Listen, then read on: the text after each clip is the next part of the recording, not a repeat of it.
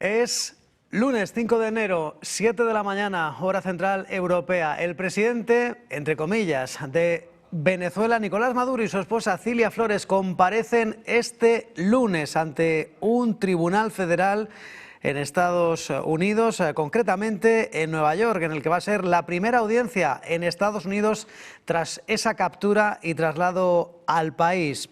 Maduro y Flores, que permanecen desde la noche del sábado recluidos en el centro de detención metropolitano de Brooklyn, prisión federal de la más alta seguridad. Una audiencia que va a tener lugar después de que el gobierno estadounidense anunciara el pasado sábado la captura del mandatario venezolano en Caracas en una operación que incluía medios aéreos, ataques contra objetivos de Venezuela, y Maduro, que está acusado de, recordemos, conspiración por importación de cocaína, conspiración por narcoterrorismo, por posesión de ametralladoras y dispositivos destructivos y conspiración para poseer esos mismos artefactos en apoyo de actividades criminales. Organización criminal calificada de terrorista por Washington. Unas acusaciones que fueron formuladas allá por el año 2020 por la Fiscalía del Distrito Sur de Nueva York y confirmadas este mismo fin de semana por la fiscal general del Estado, Pam Bondi, que asegura que Maduro va a recibir toda la carga, toda la ira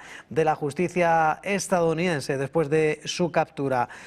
Por la parte de la mujer de Maduro, Cilia Flores, se enfrenta a cargos vinculados a operaciones de apoyo logístico y financiero en esa misma estructura criminal. Es probable que ambos queden en detención preventiva sin derecho a fianza mientras avanza el proceso judicial. Donald Trump, que reitera que están a cargo de Venezuela. Don't ask me who's in charge, because I'll give you an answer and it'll be very controversial. What does that mean? It means we're in charge. Have you spoken with her? Muy buenos días. Mientras tanto, el presidente Donald Trump, que ha vuelto a situar a Venezuela en el centro del debate geopolítico y energético con declaraciones de alto voltaje en las que califica a Venezuela como un país muerto y plantea un plan de recuperación que está basado o estaría basado en la entrada masiva de grandes compañías petroleras sin inversión directa por parte de Estados Unidos. Según Trump, la situación actual de Caracas es el resultado de una gestión horrible que ha llevado al colapso de su infraestructura y a un desplome de la producción petrolera muy por debajo de su potencial. A su juicio, incluso con una mala administración, el país debería estar generando mucho más petróleo e ingresos de los que produce actualmente. La clave de esa recuperación, según el presidente estadounidense, pasa por el sector energético. Las grandes petroleras, que dice Donald Trump, están listas para reconstruir las infraestructuras. To do one thing in Venezuela, bring it back. It's a dead country right now. It's a country that, frankly, we would have been if I had lost the election. We would have been a dead country. We would have been Venezuela on steroids. Venezuela right now is a dead country. We have to bring it back. And we're going to have big investments by the oil companies to bring back the infrastructure. And the oil companies are ready to go. They're going to go in, they're going to rebuild the infrastructure. You know, we built it to start off with many years ago. They took it away. The country is a mess. It's been horribly run. The oil is just flowing at a very low level, much lower than, even if it was badly run, it should have more income, more oil than what they do. So we're going to have the big oil companies go in, and they're going to fix the infrastructure, and they're going to invest money. We're not going to invest anything. We're going to just take care of the country. We're going to cherish the country. We're going to take care, more importantly, of the people, including Venezuelans that are living in our country that were forced to leave their country. They're going to be taken very good care of. Yes, ma'am. Bueno, ¿y cómo despiertan o cómo se mantienen hasta ahora los mercados después de este fin de semana histórico en una operación sin precedentes que iba a haberse lanzado a finales de 2025, pero las condiciones climáticas imposibilitaron esa situación y finalmente se produjo el pasado sábado 2 de enero. Vamos a recordar la situación 3 de enero, una jornada en la que las bolsas asiáticas están con mayoría de ganancias, sobre todo las mejores, el Kospi surcoreano, que rebota más de un 2% hasta ahora, un 3,14 de hecho, 4.445 puntos, máximo histórico de la bolsa de Corea del Sur, en tanto que el Nikkei de Tokio se dispara hasta rozar los 52.000 puntos, avances de más del 3,3%. Hoy las ganancias son más contenidas, tanto en el Hansen de Hong Kong como en el Nifty 50 o en el índice de Shanghai. De momento subidas también considerables para este principal indicador bursátil de la China continental, Shanghai, que crece un 1,16%, principalmente con las acciones ligadas al sector defensa entre las de mejor desempeño, sobre todo las surcoreanas, recordemos en este caso Hanwha Aerospace, que está disparándose más de un 4%, pero todavía mejor para el holding Kawasaki Heavy Industries dentro del Nikkei de Tokio, que se dispara un 6%, al igual que Mitsubishi Heavy Industries. Hoy tono positivo para las bolsas asiáticas después de esta operación de Estados Unidos contra Venezuela, con el sector defensa liderando las ganancias y bastante volatilidad en el precio del petróleo. Hoy de nuevo vuelven los recortes, aunque están siendo relativamente moderados para el crudo Brent, el barril de referencia en el viejo continente, que todavía mantiene la cota de los $60. Las caídas son del 0,6%, $60,40, en tanto que el West Texas Intermediate del crudo ligero de referencia en Estados Unidos cotiza a un precio de $56,91 el barril. Las caídas también son del 0,7%, y en ese contexto de caídas, o mejor dicho, de subidas en las bolsas asiáticas, cae el sector petrolero. Después de estas declaraciones de Donald Trump apostando por el sector petrolero, los inversores que están anticipando que va a ser un entorno mucho más complicado para las gigantes energéticas chinas como China National Oil Offshore, NOC, que está corrigiendo más de un 5%, liderando las caídas, uno de los valores más bajistas hoy en la sesión asiática. También Sinopec con recortes en torno al 2,4%. Es una jornada en la que también SNPC, dentro del sector petrolero chino, también cotiza con importantes caídas. Y de las materias primas a los metales preciosos, que en este contexto de tensiones geopolíticas vuelve a dispararse el apetito por los activos refugio, como el oro y la plata, que comienzan con bastante solidez este 2026, y en definitiva onza de oro que vuelve a colocarse por encima de los $4.400 la onza. Ahora mismo vemos cómo cotiza un precio de 4.413, la subida es del 1,86%, pero sobre todo nuevo impulso de la plata, que en 2025 cerró el mejor año de su historia y está volviendo a dispararse, en este caso casi un 4%, escala hasta los $75,4 la onza. Lo cierto es que la líder interina venezolana, Delcy Rodríguez, ha pedido a Estados Unidos colaborar en una agenda de cooperación, en una nueva declaración este pasado domingo. En esa agenda estaría todo orientado al desarrollo compartido en un marco, dice Delcy Rodríguez, del derecho internacional para fortalecer la convivencia comunitaria duradera. Recordemos que esa captura del presidente venezolano Nicolás Maduro por parte de Washington ha llevado a Rodríguez a denunciar la intervención como una grave agresión militar. Donald Trump, que amenazó incluso con un presidente estadounidense, asegurando que en este caso, recordemos, la sucesora del presidente venezolano Nicolás Maduro y la presidenta interina del país más rico del mundo decían que sufriría un destino peor que el de Maduro a menos que cumpla con las demandas estadounidenses. Al parecer, en una entrevista telefónica con The Atlantic, Trump ha dicho que Rodríguez pagaría un precio muy alto, probablemente más grande que Maduro, si no hace lo correcto. Pues bien, Delcy Rodríguez, que parece ver las orejas al lobo y pide a Estados Unidos colaborar dentro de un marco de cooperación y de derecho internacional. Lo cierto es que en Estados Unidos parece que le van a dar un pequeño voto de confianza a Delcy Rodríguez y se descarta a María Corina Machado como el perfil de persona que podría liderar esa transición en Venezuela. Marco Rubio, el secretario de Estado estadounidense, ha también comunicado una serie de requisitos que Washington espera que los líderes venezolanos cumplan tras la captura de Maduro. En ese sentido, los primeros pasos son asegurar lo que beneficia a la nación estadounidense y al pueblo venezolano. No más narcotráfico, no más presencia de Irán y Hezbollah en la región, no más uso de la industria petrolífera para enriquecer a todos sus adversarios. Un Marco Rubio que también daba una entrevista a CBS donde aseguraba que también hay que eliminar a los grupos militantes colombianos de las FARC y al ELN. También añadía que Washington consideraría sus acciones posteriores hacia Caracas en función del cumplimiento de estas condiciones. Recordemos que Marco Rubio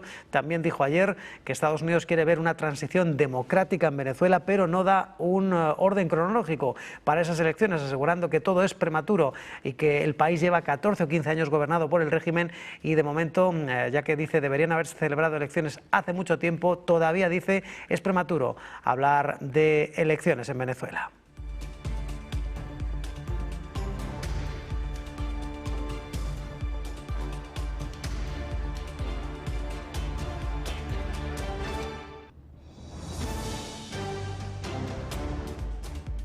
Y la Fuerza Armada Nacional Bolivariana venezolana, que ha mostrado su respaldo a la vicepresidenta Delcy Rodríguez, recordemos, convocada por el Tribunal Supremo de Justicia para que asuma como presidenta. Aseguran que van a garantizar la gobernabilidad del país tras la captura de Maduro y su esposa en una operación militar sin precedentes. Vladimir Padrino López ha emitido un comunicado donde respaldan ese formulamiento a Rodríguez, aunque eso sí consideran que Maduro es el auténtico y genuino líder constitucional de los venezolanos y por ello piden a Estados Unidos su liberación inmediata. Un Vladimir Padrino López que, recordemos, también ha denunciado el fallecimiento de hasta 80 compatriotas durante esta operativa de Estados Unidos el pasado domingo, así como el asesinato, dice, a sangre fría del equipo de seguridad personal del mandatario venezolano. Y más noticias, los gobiernos de Brasil, Chile, Colombia, México, Uruguay y España rechazan las acciones militares ejecutadas de forma unilateral en Venezuela, donde fueron detenidos, como saben, Nicolás Maduro y su esposa. Pedro Sánchez, que se une a la izquierda latinoamericana, mostrando su preocupación ante cualquier intento de control gubernamental de la administración estadounidense o la aprobación externa de recursos naturales o estratégicos. Recordemos en el mandatario norteamericano que señalaba el pasado sábado que Estados Unidos va a gobernar Venezuela hasta que haya una transición segura y apropiada, aunque no daba detalles sobre cómo planea gobernar Venezuela ni durante cuánto tiempo. También manifestaba que las compañías petrolíferas estadounidenses van a invertir miles de millones de dólares para reparar infraestructuras en el país. De momento, esos son los países que se muestran tajantemente en contra de las acciones de Estados Unidos en Venezuela. También la postura del presidente español Pedro Sánchez. Y el vicepresidente del Consejo de Seguridad ruso, Dmitry Medvedev, que ha asegurado que las acciones del presidente Donald Trump en Venezuela han sido ilegales, pero consistentes, porque dice estaban defendiendo intereses estadounidenses. Dmitry Medvedev, que a la agencia TASS rusa reconoce que, a pesar de la evidente ilegalidad, dice, de su conducta, la conducta de Trump tiene cierta coherencia. Tanto él como su equipo defienden con firmeza intereses nacionales de su país. Un Dmitry Medvedev que ha señalado que América Latina era considerada el patio trasero de Estados Unidos y que Trump parecía querer controlar los suministros de petróleo de Venezuela. Mientras tanto, American Airlines ha reanudado sus vuelos a través del espacio aéreo caribeño después de que la agencia haya levantado esa prohibición. La Administración Federal estadounidense ya impuso esas restricciones tras los recientes ataques aéreos contra Venezuela la madrugada del sábado y decenas de miles de viajeros que habían quedado varados tras la cancelación de cientos de vuelos. American Airlines ha anunciado que va a utilizar más aviones, más grandes, y va a programar más vuelos. Hay también incluso 5.000 asientos adicionales. Y tras Venezuela, Donald Trump sigue apuntando a nuevos objetivos latinoamericanos. En ese sentido, parece que México es otra de las prioridades de Donald Trump, que ha mostrado también su apoyo al nuevo esfuerzo militar centrado en Colombia. Mientras hablaba a bordo del Air Force One durante su vuelo de Mar-a-Lago a Washington, Donald Trump, que aseguraba que en este caso Colombia, una operación en Colombia le sonaría bien, una operación que estaría dirigida por, dice, un hombre enfermo, el presidente colombiano, en alusión al Gustavo Petro, que dice que no va a permanecer en el cargo por mucho tiempo. Trump, que vuelve a poner el foco en Colombia. Neighbor, it's not a neighbor, but it's close to a neighbor, and that's Venezuela. It's very sick. Colombia is very sick too, run by a sick man who likes making cocaine and selling it to the United States. And he's not going to be doing it very long, let me tell you. What does that mean? He's not going to be doing it very long. He's not doing it very long. He has cocaine mills and cocaine factories. He's not going to be doing. Bueno, Donald Trump que pone el foco tanto en Colombia como en México como en Cuba, que asegura que Cuba lo está pasando muy mal porque es altamente dependiente de los ingresos de Venezuela, ingresos petrolíferos. Un Donald Trump que dice, eso sí, que Cuba está a punto de caer porque dice no tiene ingresos y todos ellos provienen de Venezuela, del crudo venezolano, y no están recibiendo nada. Un Donald Trump al cual se le preguntaba al bordo del avión presidencial si Washington considera tomar medidas. Dice que no cree que sean necesarias porque simplemente Cuba va a caer.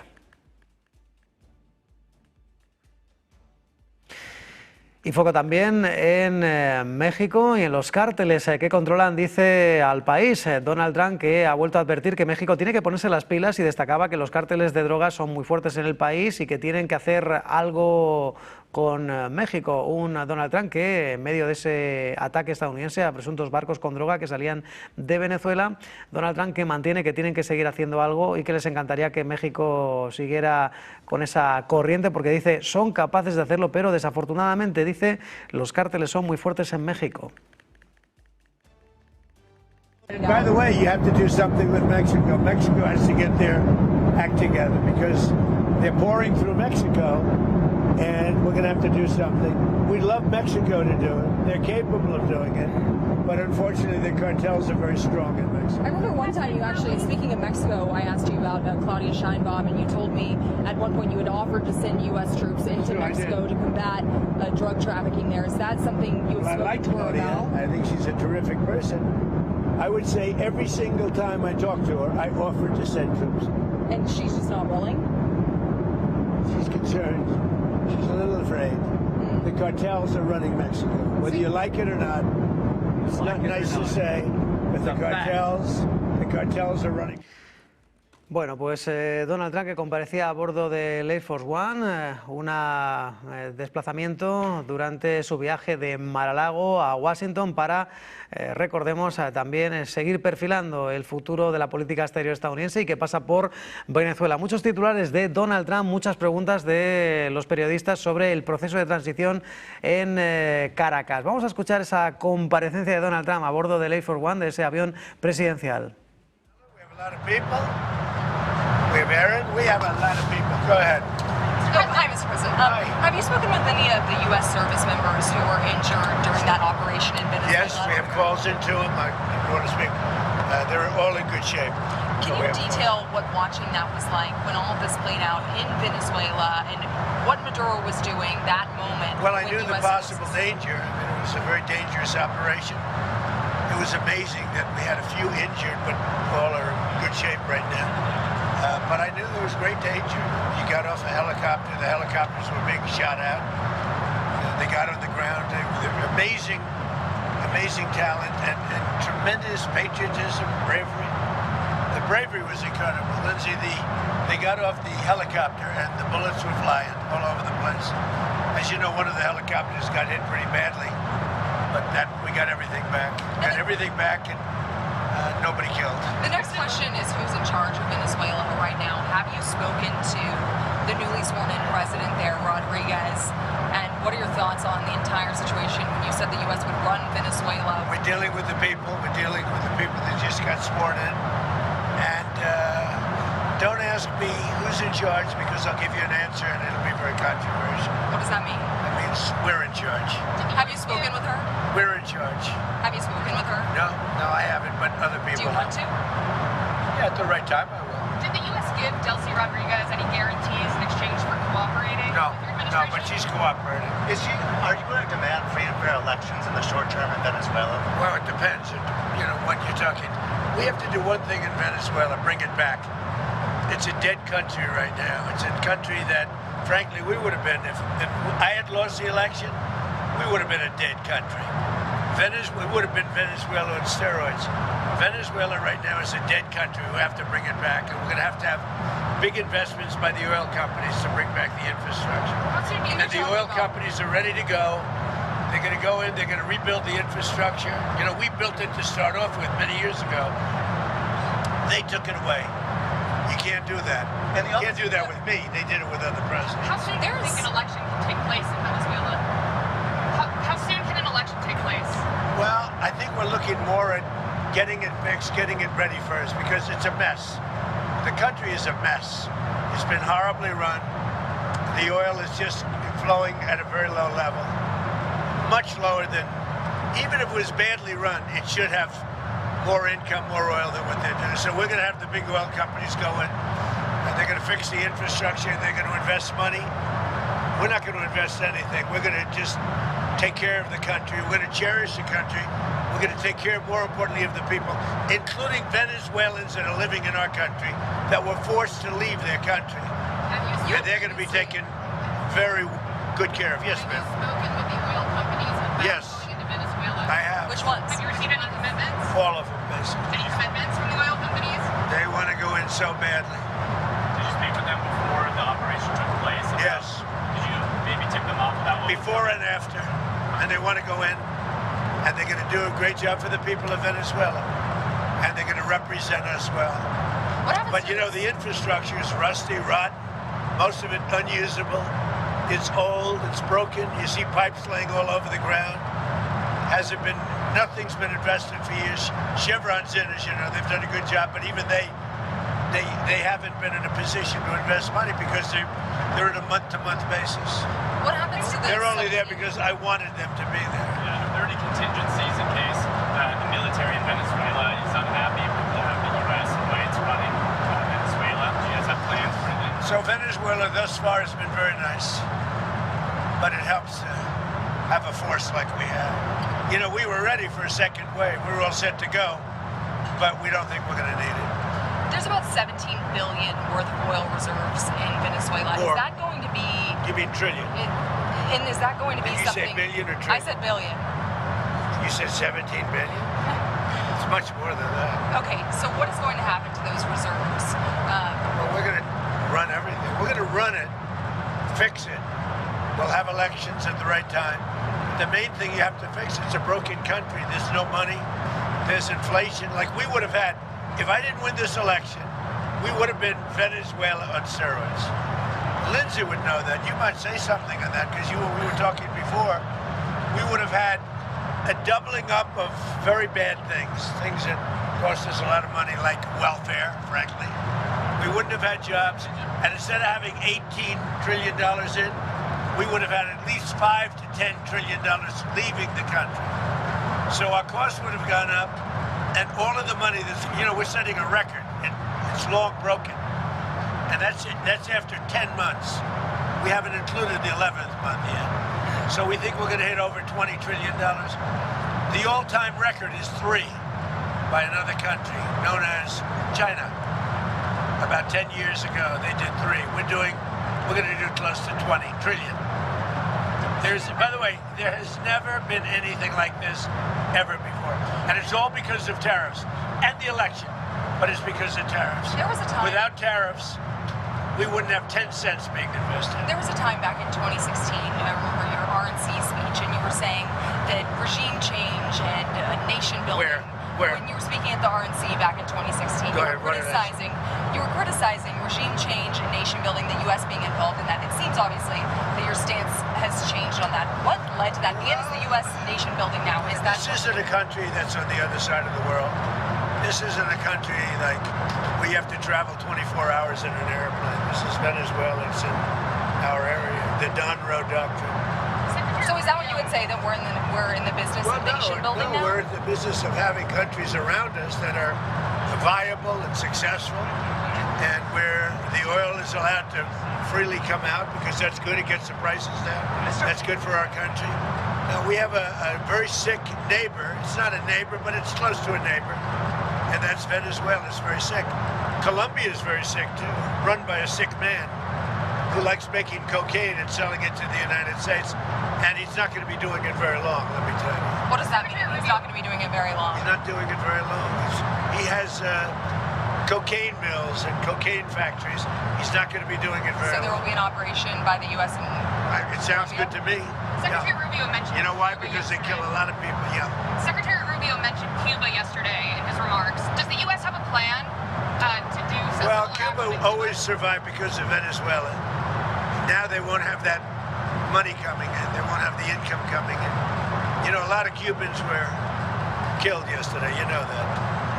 A lot of Cubans were killed. Do you know how many? The bodyguards. No, they're looking, but there was a lot of death on the other side. No death on our side, but there was a lot of death on the other side, unfortunately. But a lot of Cubans were killed yesterday, trying to protect him. There's been protesters killed in Iran. You said we were locked and loaded, ready to go. What is the line there for when the U.S. is going to get involved in those protests? We'll take a look. We're watching it very closely. If they start killing people like they have in the past, I think they're going to get hit very hard by the United States. Can I just add something? So when he first got elected in January, we met, biggest comeback ever. We talked about you think so, really? I didn't feel it was a comeback, actually. So because the first one was... The bottom line is, we talked about a drug caliphate in our backyard. We had Venezuela, we have Cuba, we have Colombia in our backyard. And these three countries have been condemned ever since I've been in politics. Joe Biden put a $25 billion bounty on Maduro's head. Chris Smith, today he got inaugurated, said, I hope Trump will hold Maduro's feet to the fire. You did. So what has he done? He's going to clear our backyard of a drug caliphate, countries run by narco-terrorist dictators who murder, rape, send drugs into our country to kill thousands of our citizens. To my Democratic friends, you should be celebrating this. When bin Laden went down, I was the first to applaud President Obama. This was one of the most sophisticated military operations in the history of the country. What they were able to do was amazing. They knew we were coming. We had a good part of the Navy, and they were able to capture this man alive. No military in the world could have done it. And as to this commander-in-chief, he did something people talked about doing. You just wait for Cuba. Cuba is a communist dictatorship that's killed priests and nuns. They've preyed on their own people. Their days are numbered. We're going to wake up one day, I hope in 26, in our backyard, we're going to have allies in these countries doing business with America, not narco-terrorist dictators killing Americans. This is a big frigging day. And everybody in the world is thinking differently than they were just a few days ago because of what you did. Do you think you're going to... By the way, you mentioned something that's interesting. Lindsay mentioned bin Laden. I wrote about bin Laden 1 year before the attack on the World Trade Center. And I said, you got to go after bin Laden. It was in my book. And very few people want to say that, but it was in my book. You know that. I think you've actually talked about it. But if they would have listened to me, they would have taken out bin Laden, then you wouldn't have had the World Trade Center tragedy. Yeah, this is certainly going... Did you know that? I predicted bin Laden. I learned something every day. No, but did you hear that? Well, I didn't now. I just heard it right now. No, I wrote a book. It was 1 year before the attack that the book came out, and it talked about, there's a whole page, a whole section dedicated to a guy named bin Laden who's a bad guy who you have to take out. So, I'll get the book. But right after the election, he told me, I'm going to clean up our backyard. Now, this was before he took office. This is one of the president's priorities, is to make sure that people in our backyard, narco-terrorist states, will not continue to kill Americans without the number of people that will be alive today because Venezuela will be in different hands is going to be tens of thousands. This is something to be celebrated, whether you like him or not. Not just Venezuela. It's what's coming out of Venezuela in the form of ocean-going and Gulf-going and sea-going boats. Every time we knock out a boat, and we've done a lot of them, we did 3 over the last few days. They're very rare now. You don't see too many of them. Hard to recruit. But drugs by sea are down 97%. Think of that. And now we're going to stop them by land, too. The land is easy. We had to do the sea before we did the land because it just works out. Yeah, you were just talking about the land, but it sounded like... And by the way, you have to do something with Mexico. Mexico has to get their act together because They're pouring through Mexico, and we're going to have to do something. We'd love Mexico to do it. They're capable of doing it, but unfortunately the cartels are very strong in Mexico. I remember one time you actually, speaking of Mexico, I asked you about Claudia Sheinbaum, and you told me at one point you had offered to send U.S. troops into Mexico to combat drug trafficking there. Is that something you I like Claudia. About? I think she's a terrific person. I would say every single time I talk to her, I offered to send troops. And she's just not willing? She's concerned. She's a little afraid. The cartels are running Mexico. Whether you like it or not, it's not nice to say, but the cartels are running Mexico. And speaking of those U.S. troops, I mean, one thing that Americans and a lot of people are wondering, you just sounded like you weighed out another strike, another land strike at least in Venezuela. You sound like you weighed that out. But well, we didn't need it.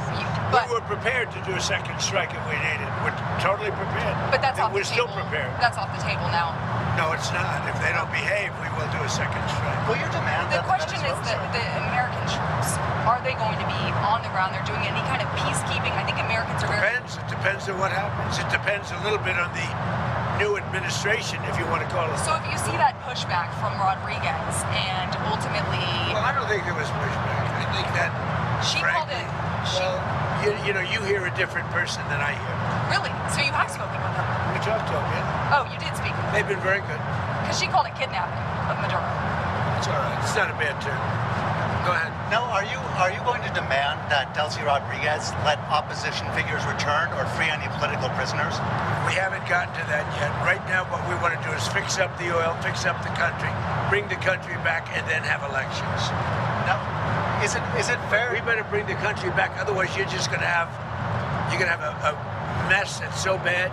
It was really bad. It's going to get a lot worse unless we go in and fix it. Is the U.S. going to reopen its embassy in Caracas or get the DEA? We're thinking about it. We've been asked to do it. We've actually been asked to do it. Do you think you had Putin and on the phone, of course, and then Zelensky at Mar-a-Lago? Yeah. You told me that numerous times. You told me that your New Year's resolution was peace on earth. Do you think that 2026, if you could set a deadline of when the Russia-Ukraine war... I don't do deadlines, but I would say that, you know, like as an example, Thailand and Cambodia. Well, I was very proud of that. Wait a minute. And they started up again and they got it solved. Where does it I give myself 1/4 of a point for that.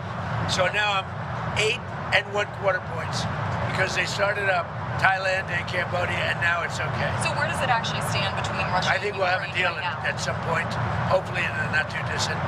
So I don't know if you saw the numbers just came out. 30,000 soldiers were killed this current month. And there was that intelligence. 30,000. 27,000 the month before. Have you and Senator Graham discussed additional Russia sanctions? We discuss it all the time. There's nothing else I talk to him.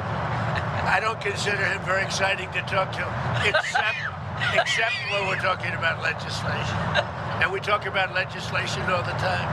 You think that's an exciting relationship? It's not. But we talk a lot about legislation, and we have great legislation coming. You want to tell? So the tariff bill. So here's what I believe. I don't think we could have secured the border without the threat of tariffs. I don't think we'd have a European trade deal without the threat of tariffs. So if you want to end this conflict, then put pressure on Putin's customers. He sanctioned the 2 largest oil companies in Russia, which is the biggest pressure anybody's put on Putin since the war started. But we have 85 co-sponsors to give this president... It's hurting Russia very bad, the sanctions. Oh, yeah. So this bill would allow... And India also is pulling. Yes, sir. So he put a 25% tariff on India for buying Russian oil. I was at the Indian ambassador's house about a month ago, and all he wanted to talk about is how they're buying less Russian oil. Would you tell the president to relieve the tariff? This stuff works. So I'm hoping we'll bring the bill up, and it's from 0 to 500. He picks the number. Nobody else does. But if you're buying cheap Russian oil, keeping Putin's war machine going, we're trying to give the president the ability to make that a hard choice by tariffs. I really do believe that what he did with India is the chief reason India is now buying substantially less Russian oil. So I hope we pass this bill soon.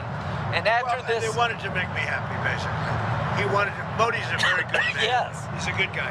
He knew I was not happy, and it was important to make me happy. They do trade, and we can raise tariffs on them very quickly, and it'd be People are very afraid bad of for that. them. All of that to say, you told me you weren't very thrilled. And I'll tell you something, the Russian economy is lousy. But what's really lousy is the Venezuelan economy. The Venezuelan economy is, I think, the worst economy I've ever seen. If you look at inflation, things are doubling every day. It's stolen blood. It's a disaster. We got to fix the country fast. President Trump, are there going to be any more? You said the oil companies are going to go in there. Are there any other companies that you've talked to about dealing with Venezuela? Maybe Mr. Lundin could talk about that. Are there any other corporations, entities outside? Outside of the oil business. Like who? Well, the oil business, yes, but outside, yes. Howard, you want to They have steel, you have minerals, right? All the critical minerals. They have a great mining history that's gone rusty.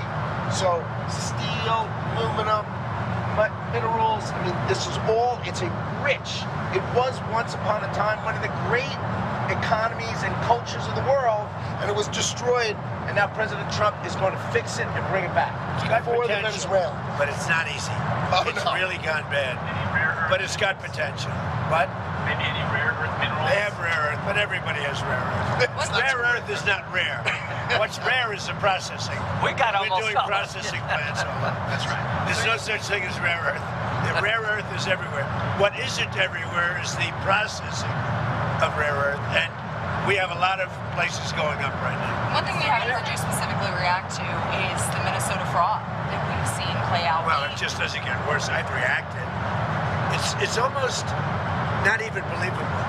This very stupid, low IQ governor, he's a very stupid man, because, I had a campaign against him with JD, and he's a stupid man, and he's a corrupt politician, and the Somalians are ripping off our country to the tune of, looks like $19 billion, but that's only what they can find.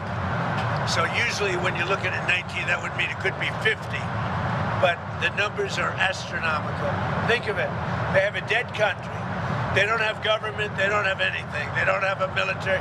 All they do is run around shooting people and trying to capture ships. We don't let them take ships anymore. You know why? We use the same exact missile on them that we use on the drug carriers. And it's very effective. So, You notice there's nobody capturing ships anymore? Because as they head out to go capture the ship, and the ship doesn't want to fire back because it's very flammable stuff in many cases. And the insurance companies don't want, because they build $1 billion ship, and they don't want anybody firing rockets into the ship. But we're hitting them so hard, and it's very similar. Same missile system. It's called deadly accurate. And do you notice that ships aren't being taken anymore? The pirates are. That's right. I hadn't thought about The pirates aren't. Well, no. No Somali pirates. It's actually very easy. They head out. We say, guess what? There's pirates. Bing. That's the end of the pirates. The shipping business is coming back because, see, these are little things that we're doing, and I'm doing it not